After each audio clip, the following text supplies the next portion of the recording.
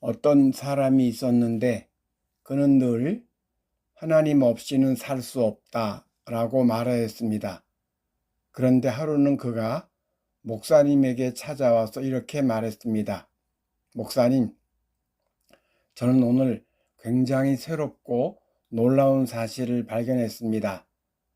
그래서 목사님은 하나님 없이는 살 수 없다는 그 얘기 말입니까? 라고 물었습니다. 그러자 그는 고개를 저으며 이렇게 대답했습니다. 아닙니다. 그보다 더 중요한 사실을 깨달았습니다. 그것은 하나님께서도 나 없이는 사실 수 없다는 사실입니다. 이 자리에 앉아있는 여러분 중에도 하나님 없이는 살 수 없다라고 생각하시는 분이 많이 있을 겁니다. 저도 그런 생각으로 살아갑니다. 그런데 하나님께서도 나 없이는 사실 수 없다라는 말은 퍽 낯설고 어색합니다. 마침 오늘 본문에 나오는 이야기가 그 의미를 이해하는 데 큰 도움을 줍니다. 아들이 아버지를 떠났습니다. 아버지 없이도 잘 살 수 있다고 생각한 겁니다. 그러나 우여곡절 끝에 아버지 없이는 살 수 없다는 사실을 깨닫게 됩니다. 한편 아버지는 아들이 집을 나간 뒤에 매일 아들이 돌아오기를 기다린 겁니다. 그래, 아들이 돌아온 날도 아버지는 집 안에 있지 않았습니다. 마을 입구에서 혹시나 아들이 돌아오지 않을까 기다리고 있었습니다. 그러다 저 멀리서 돌아오는 아들을 먼저 발견하였습니다. 그러고는 달려가서 아들의 목을 껴안고 입을 맞추었습니다. 집으로 데려와서는 좋은 옷을 입히고 손에 반지를 끼우고 발에 신을 신겼습니다. 또한 살진 송아지를 잡아 큰 잔치를 베풀었습니다. 이렇게 아들이 돌아오기를 애타게 기다리는 모습과 돌아온 아들을 크게 반기는 모습 속에도 아버지 역시 아들이 없으면 살 수 없다는 사실을 헤아리게 됩니다. 곧 아들과 아버지가 똑같이 상대방이 없으면 살 수 없는 것이었습니다. 예수님은 이 이야기의 아들과 아버지의 관계가 우리와 하나님의 관계와 똑같다는 사실을 알려주기 위해 이 이야기를 하신 겁니다. 우리는 때로 하나님 없이도 살 수 있다고 생각합니다. 그러나 결국은 하나님 없이는 살 수 없다는 사실을 깨닫게 됩니다. 무신론자들은 하나님 없이 살 수 있다고 생각하지만 다음 생이든 그 다음 생이든 하나님 없이 살 수 없다는 사실을 깨닫게 될 날이 올 것입니다. 그런데 본문의 아버지처럼 하나님도 우리 없이는 사실 수 없는 분입니다. 이 문제에 대해 좀 더 자세히 생각해 보겠습니다. 누군가가 없이는 살 수 없다고 할 때 그 상황은 어떤 것일까요? 크게 두 가지 경우를 생각해 볼 수 있습니다. 첫째는 상대방이 나에게 큰 도움을 주는 경우입니다. 큰 도움을 주는 상대가 있어 그로부터 도움을 받고 있습니다. 그럴 경우 그 상대가 없으면 살 수 없다고 생각하게 됩니다. 예컨대 갓난아이에게 엄마의 도움이 절대적으로 필요합니다. 그래서 아이는 엄마의 도움이 없으면 살 수 없습니다. 그래서 아이들은 엄마가 눈에 안 보이면 웁니다. 우리가 하나님 없이는 살 수 없다고 할 때 그것은 주로 이 경우입니다. 둘째는 상대방을 너무너무 사랑하는 경우입니다. 자신의 애인을 너무너무 사랑할 때 당신 없이는 살 수 없어요 라고 하지 않습니까? 또 아이를 너무너무 사랑하는 엄마도 아이가 없으면 살 수 없다고 생각합니다.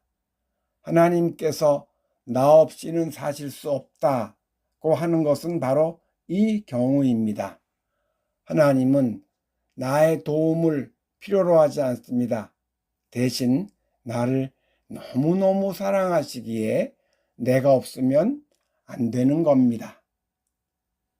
이 두 경우를 조금 달리 표현하자면 전자는 상대방으로부터 큰 사랑을 받을 때이고 후자는 상대방에게 큰 사랑을 줄 때입니다.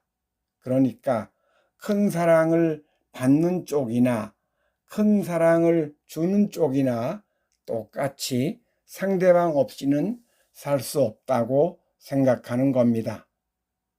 따라서 내가 하나님 없이 살 수 없다는 것과 하나님이 나 없이는 사실 수 없다는 것은 동전의 양면 관계라고 할 수 있습니다. 곧 큰 사랑을 주고받음에서 나와 하나님이 하나인 것입니다. 하나님, 당신 없이 살 수 없어요 라고 고백하는 사람에게 하나님은 이렇게 말씀하십니다. 나도 너 없이는 살 수 없다. 하나님, 당신 없이 살 수 없어요 라고 외치는 사람에게 나도 너 없이는 살 수 없다 라는 하나님의 음성이 그림자처럼 따라오는 것입니다. 그 음성을 들으려고 애써야 합니다. 하나님이 나 없이는 사실 수 없다는 것은 하나님이 너무너무 나를 사랑하시기 때문이라고 했습니다. 하나님은 나는 너 없이 살 수 없다고 하시면서 나에게 큰 사랑을 주십니다. 문제는 그 사랑을 내가 받지 못하는 것입니다. 나는 하나님 없이 살 수 없다고 생각하는 사람은 하나님이 주시는 사랑을 제법 받는다고 볼 수 있습니다. 하지만 나는 하나님 없이 살 수 없다는 생각이 없거나 약한 사람은 하나님이 주신 사랑을 별로 못 받는다고 볼 수 있습니다. 낮에 태양이 찬란하게 빛나고 있어도 커튼을 두텁게 치고 방에 있으면 태양빛을 받을 수 없습니다. 그 커튼을 활짝 열어야 합니다. 그래야 태양빛을 온전히 받을 수 있습니다. 그렇듯 주어지는 하나님의 사랑을 차단하는 커튼을 열어야 합니다. 커튼을 연다는 것은 상징적인 표현이고 그것은 구체적으로 어떤 모습으로 나타나게 될까요? 우선 받기 위해서는 주어야 한다는 사실을 알아야 합니다. 무엇이든 주면 반드시 받게 됩니다. 사랑을 주면 사랑을 받게 되고 공격을 주면 공격을 받게 됩니다. 그리고 사랑한다는 것은 사랑을 주는 것과 같은 뜻이라는 사실을 알아야 합니다. 하나님이 나를 사랑하시는데 그것은 하나님이 내게 사랑을 주시는 것을 의미하지 않습니까? 정리하자면 사랑을 받기 위해서는 사랑을 주어야 하고 사랑을 주는 것은 사랑하는 것과 같은 뜻이니 하나님의 사랑을 받기 위해서는 하나님을 사랑해야 합니다. 일종의 3단 논법입니다. 곧 커튼을 열 때 그것은 하나님을 사랑하는 모습으로 나타나게 됩니다. 예수님은 마음을 다하여 하나님을 사랑하라고 말씀하셨습니다. 그것이 으뜸 가는 계명이라고 말씀하셨습니다. 하나님을 사랑하는 것은 하나님께 나의 사랑을 주는 일과 같은데, 하나님은 완전하신 분이기 때문에 아무것도 필요하지 않습니다. 곧 나의 사랑을 받을 필요가 없습니다. 그런데도 하나님께 나의 사랑을 주라고 하시는 것은 주면 받게 되는 원리에 따라 내가 하나님의 사랑을 받을 수 있기 때문입니다. 다시 말해서 나에게 가장 필요한 것이 하나님의 사랑을 받는 것인데, 그럴 수 있기 위해 하나님을 사랑하라고 말씀하시는 겁니다. 마음을 다하여 하나님을 사랑하라는 말씀에는 그런 뜻이 담겨 있습니다. 다시 말해서 마음을 다하여 하나님을 사랑하면 하나님의 사랑을 온전히 받게 됩니다. 그렇다면 마음을 다하여 하나님을 사랑하는 것은 어떤 모습일까요? 옛날 어느 수도원에 훌륭한 원장이 있었습니다. 그런데 원장은 제자들 중에서 한 제자를 특별히 사랑했습니다. 그 제자는 무엇을 가르쳐도 늘 쉽게 잊어버려 제자들 사이에서 바보 취급을 받는 사람인데 말입니다. 어느 날 제자들이 원장에게 그 이유를 물었습니다. 그러자 원장은 제자들에게 말했습니다. 내가 문제를 하나 내겠다. 그것을 풀어가지고 오면 내가 이 제자를 왜 특별히 사랑하는 줄 알게 될 거다. 원장은 제자들에게 아침 일찍 새 한 마리씩을 나누어 주었습니다. 그러고는 아무도 안 보는 곳을 찾아가서 그 새를 해가 지기 전에 죽여가지고 오라고 말했습니다. 해가 질 때쯤 되어 제자들이 모이기 시작하자 마당에는 죽은 새들이 쌓여갔습니다. 그런데 원장이 특별히 사랑하는 제자는 돌아오지 않았습니다. 한참 뒤에야 헐레벌떡 돌아오는 그 제자의 손에는 작은 새가 아직 산 채로 있었습니다. 그 모습을 본 다른 제자들은 저 바보는 원장님이 뭘 시켰는지도 모르나 봐 하며 비웃었습니다. 평소 질투심을 느꼈던 그들로서는 아주 통쾌한 마음이었습니다. 원장은 그 제자에게 왜 새를 죽이지 못했는지 물었습니다. 제자가 답했습니다.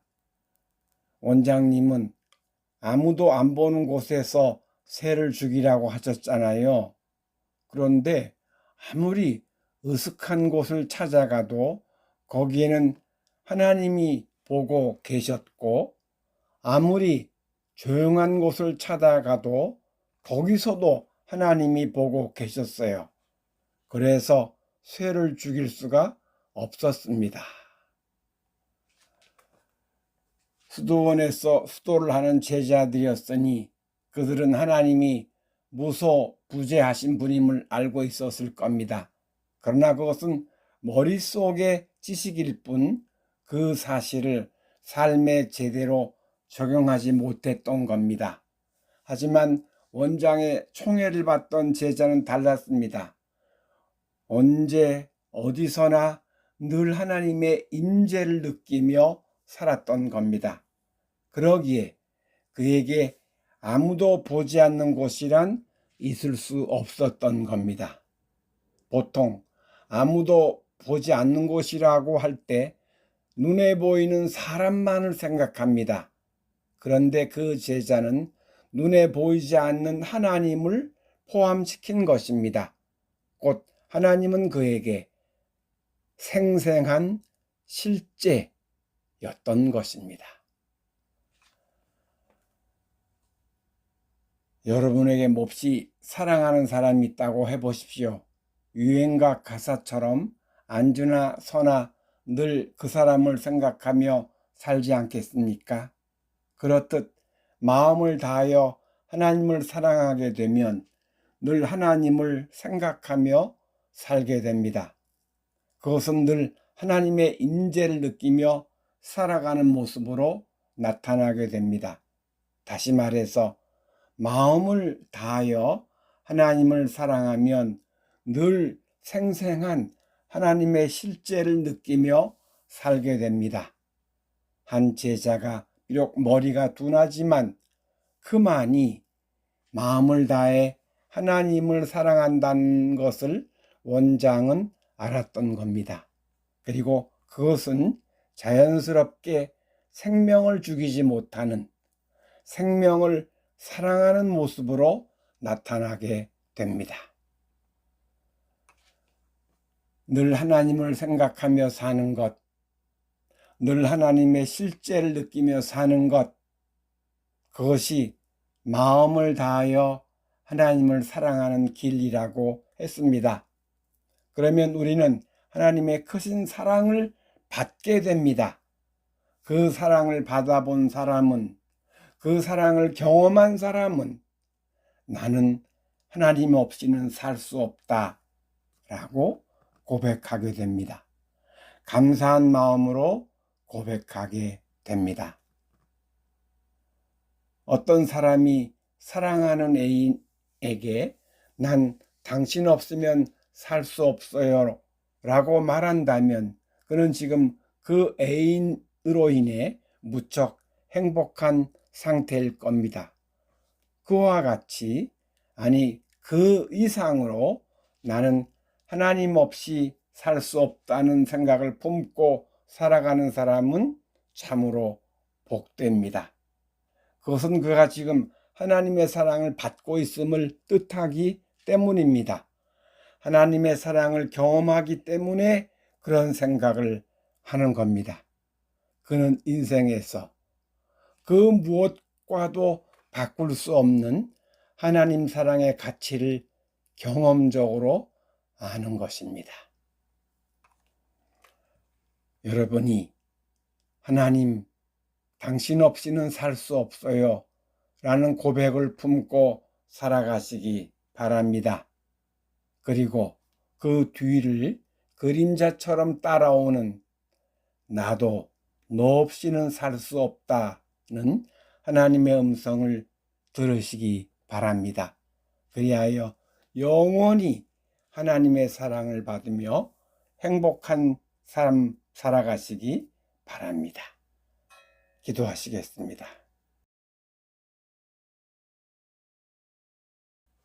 주님, 내가 어둠 속을 헤매고 있을 때도 누군가 고개를 끄덕여 주었다. 내 안에 큰 빛이 있음을 모르고 있을 때도 누군가 고개를 끄덕여 주었다. 불타는 욕망의 연기에 잔뜩 그을린 채 내 속의 탕화와 함께 살고 있을 때도 누군가 고개를 끄덕여 주었다. 막다른 골목에서 막막함 속에 앉아 있을 때도 누군가 고개를 끄덕여 주었다. 작고 보잘것없는 꽃 한 송이 피었을 때도 누군가 고개를 끄덕여 주었다. 나보다 더 크신 이의 자취를 알아차리고 기뻐할 때도 누군가 고개를 끄덕여 주었다. 오늘 내가 이렇듯 삶을 긍정하는 노래를 부를 수 있는 것은 누군가 고개를 끄덕여 주었기 때문이니 그분은 바로 하나님 당신이 아니옵니까? 그래서 언제나 고개를 끄덕여 주시는 당신 없이는 살 수 없어요 라는 고백으로 살아가기를 바랍니다. 그리고 나도 너 없이는 살 수 없다는 하나님의 음성을 듣기 바랍니다. 또한 너는 내가 몹시 사랑하는 나의 귀한 아들이요 딸이다 는 음성도 듣기 바랍니다. 하나님 사랑에 감싸여 살아가는 우리의 삶이 안전하고 평화롭고 아름답고 복된 여정 되게 인도하여 주옵소서. 늘 내 안에서 환하게 웃으시며 사랑을 주시는 예수님 이름으로 기도드립니다. 아멘.